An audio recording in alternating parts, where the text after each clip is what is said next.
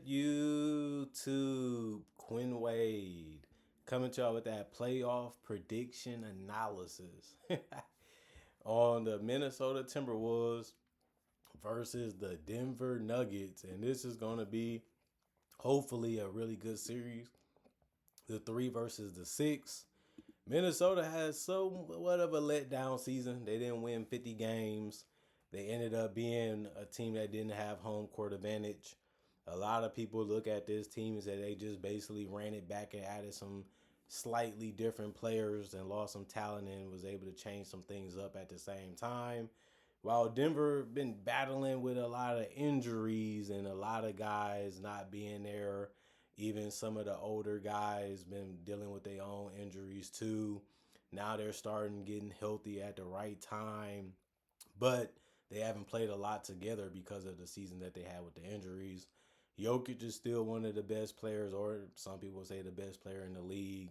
And then obviously you have Jamal Murray, who's having the best season of his career, and we know how great he can be in the playoffs too. And then you're going against Anthony Edwards, the guy that has beat them before, but with a different roster and a different team. Both of these teams know what they're trying to do against each other. Both of these teams know each other's strength. So it's going to be really, really a good one. I think this one is going to be one of the ones that people is going to want to watch the entire thing of, because of the fact that they know each other and they can bring the best out of each other. Um, Keys to the series for the Timberwolves. Kyle Anderson, they picked him up late. Most guys that get picked up the way he did don't really have a huge impact on the team, but he's another screener, another ball handler, another guy that can get his own shot. He's another guy that can set guys up. He's going to be important to what they do with size and what they do in certain matchups.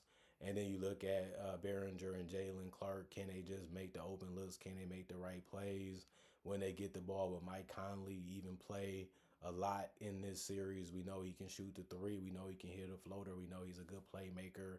But will he be big enough? Will he be strong enough to guard the Murrays, the Watsons, and those guys from the Denver Nuggets side? Because if he can't, then he's not going to play much. Or you might just play Sumu more because he is a guy that can defend.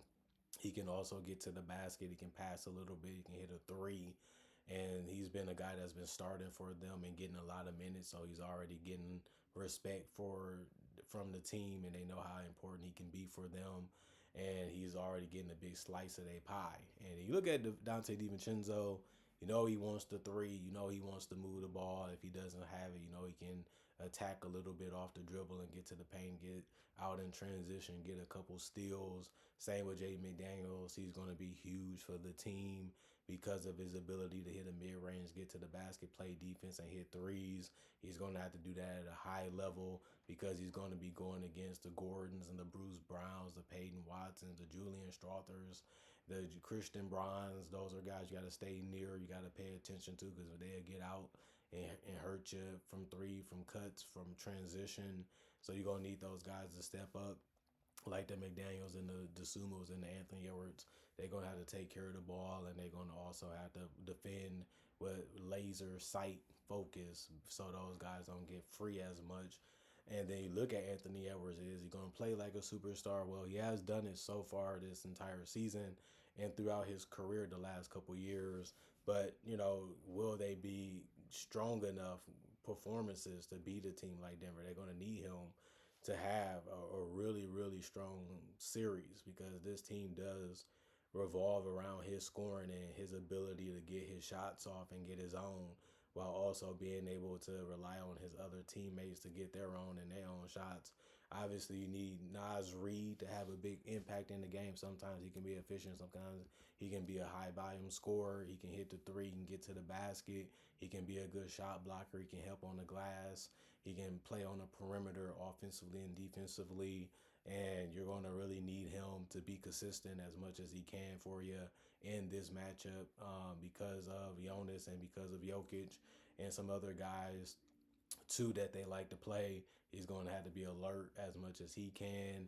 And you look at Julius Randle. He has had a year where you look at and say some of these games he's just going to have to play better. He still gave you 21, 6, and 5, which is still a really good season for a guy at his position. But he has had a lot of games where you wanted more and you felt like he should have gave you more, or he needed to play at a higher level and he just couldn't.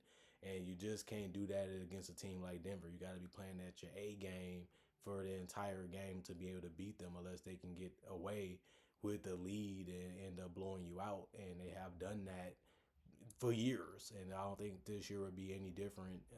Especially if you're playing with the type of lineup that the Timberwolves are playing with now, with them going a little smaller and then still relying on Rudy Gobert, who to me is still a great defender and a great rim protector, and he also picked his rebounding up the last couple months, and they're gonna need him to be active. He's a guy that likes to bang and go at Jokic because that's the guy that you have to beat at that position still.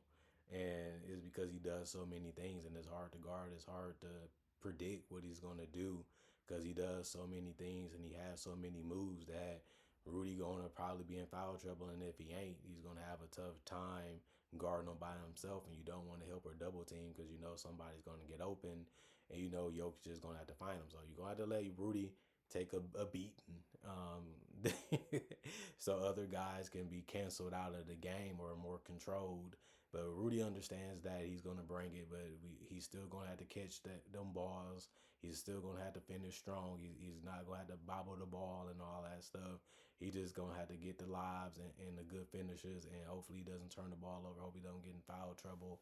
Is how you have to look at and how you'll want this game to kind of go for him on both ends. And then obviously Bones Highland has been good for them. The passing ability that he has, the ability to be able to shoot off the dribble, shoot off screens, whether it's from mid range or from three or getting to the basket. Still developing as a scorer, still developing his skills and his consistency in his shot, especially from the perimeter. They're going to need him to step up more times than not because they do have some problems sometimes with their bench not really being able to all play well, even though they've been figuring that part out. Well, they're going to have to figure it out in this series so it can be over quickly.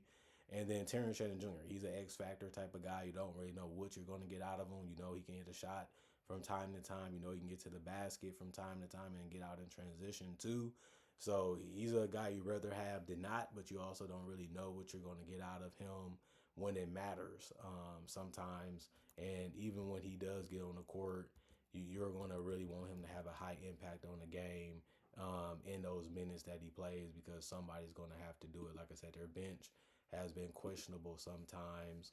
And Nuggets, their defense is going to be their question because I feel like they can score however they want to, and they have a lot of guys that can help that be easy, even on Jokic sometimes. But they have had trouble stopping guys getting to the basket, stopping guys on the perimeter too, and also just falling asleep or just being too late on defensive possessions. And that's a way to get easy baskets. And if you can exploit it, you can hang with them and possibly even beat them. But can you do it 4 times out of 7? That's going to be the question for the Timberwolves. But the Nuggets going to have to answer that question defensively. They have guys that they can throw at Anthony Edwards and the other perimeter players like Bruce Brown, Aaron Gordon, Christian Braun, Spencer Jones. You can even say a guy like Julian Strawther or Peyton Watson if he's healthy. And those guys can really help slow the bleeding. And if you can take some blows early on and pull away late, that's the type of game that might happen a lot throughout this series for the Nuggets if they was to win it. Bruce Brown is a good cutter. He can hit a three, he can get out in transition, he can defend. Braun does the same thing. Aaron Gordon has become a good finisher for them, a good cutter and a good three-point shooter for them the last couple seasons, and you just want him to stay healthy throughout the season because they're going to need him. We don't know if he's going to play in the series, if he's going to be healthy, but you just want him to be ready to go and play at a high level when he's out there. Tim Hardaway Jr.'s shot comes and goes. It's hard to shoot jump shots consistently. It's just that tough of a shot. But you know he can hit the mid-range. You know he can drive from time to time. You know he can get hot in certain quarters, or if you leave him open, he's going to be a guy they're going to find early, even if it's in the shot clock early. And he's going to try to knock down shots. Deron Holmes, you know, he's going to be physical. You know, he's going to try to take up some space in that paint. Cameron Johnson, he's getting hot the last couple weeks. He can make the three. He can cut. He can get out in transition. He plays the role that they need him to play, and he also has good athleticism as a defender. He's another guy they can throw at some of the wings. On the Minnesota Timberwolves, and then Jokic. He's going to dominate the ball probably. He's going to always be in the positions, in the spots that he wants to be in. Can you strip him? Can you trap him? Can you get the ball out of his hands at the right time and get back to your man? Can y'all communicate how to make sure he's taking the most toughest, challenging shots and opportunities that you can give him? And then you look at guys like Spencer Jones and Tyus Jones. Those guys are, you don't know what you're really going to get out of them, because Tyus Jones is a guy that can run the offense. He can make plays. He can make shots if he wants to, but he just rather set guys up. And then you look at Spencer Jones. Will he get a lot of minutes? Will they need him? If somebody goes down, he might get a higher role. If they all healthy, especially their better players on the wing, he might not even play 20 minutes, which is something that he has understood, but he still can be a guy that can step up if it's needed. Jamal Murray, that jump shot is dangerous. He can hit the three, he can hit the mid range. That allows him to drive sometimes too. He's also hitting guys more often with assists that leads to baskets. So the offense is going to revolve around their duo, trying to get theirs and get their teammates good looks. And then Zeke Naji, he's a good big. He's mobile, he's athletic. He's going to try to stretch the floor and finish in the paint. Jalen Pickett might not get a lot of minutes, but he is a guy kind of like Mike Conley that can get a couple shots to fall and make a couple plays if he gets the opportunity to. Roddy gonna bump, knock, and rock you and try to get to the paint or try to be physical enough to try to crash the boards when he can as a guard. That's what you have to like, is his physicalness. And then Julian Strother, we know if he gets minutes, he's going to try to hit the threes. He's going to try to attack the basket and hit some pull-ups if he can. And then, of course, Jonas Valanciunas, he's going to score in the post. He's going to try to hit that hook shot or that push shot or that jumper, or he's going to try to finish it strong around the basket or get to the free throw line. And then, of course, Peyton Watson. He's just an identical player to a lot of their wings, but he can score off the dribble. He can get his own shot, and he can play some solid defense, and that's important to any team. The more you can do, the more you can handle, the more we need you, especially if it's against a team like the Timberwolves that can attack you, come at you, get you in foul trouble, get guys, out of the game sometimes. And it's good to have multiple guys that you can throw out there that can do similar things while also being good to play off of each other and play off the stars. So you want to support players as much as you can playing at a high level, because your stars need them and you need them as role players to the stars. So it goes hand in hand, and one hand washes another. And that's what you want to see from the Nuggets. If I had to pick who I thought and who I think is going to win the series, I would probably say Denver in six. I think Denver just has a better offensive flow. I feel like they have the best players in the series. I feel like they have guys that step up more consistently when they're healthy than the Timberwolves. The Timberwolves always have guys that might have a big night or might not. Might play well this game, might not play well the next two. And Randall is a guy that he might give you 25, he might give you 15. And if those numbers don't add up enough, Denver can pull away, like I said before, and win by double figures, win by 7, win by 8. You do that enough, next thing you know, you win in the series. Now you just got to close them out. And they have the capabilities to do it. And I do feel like they're more well-rounded. They're a better team to me, and they just understand how to play with each other more better than, to me, the Timberwolves. I feel like Timberwolves, they like to get it on their own a little bit. They like to do some things in their own way, and they also can play as a team sometimes. They don't do it as consistently and as good as the Nuggets, and I feel like that would be the advantage that I'd probably give the Nuggets when I look at picking who will win the series.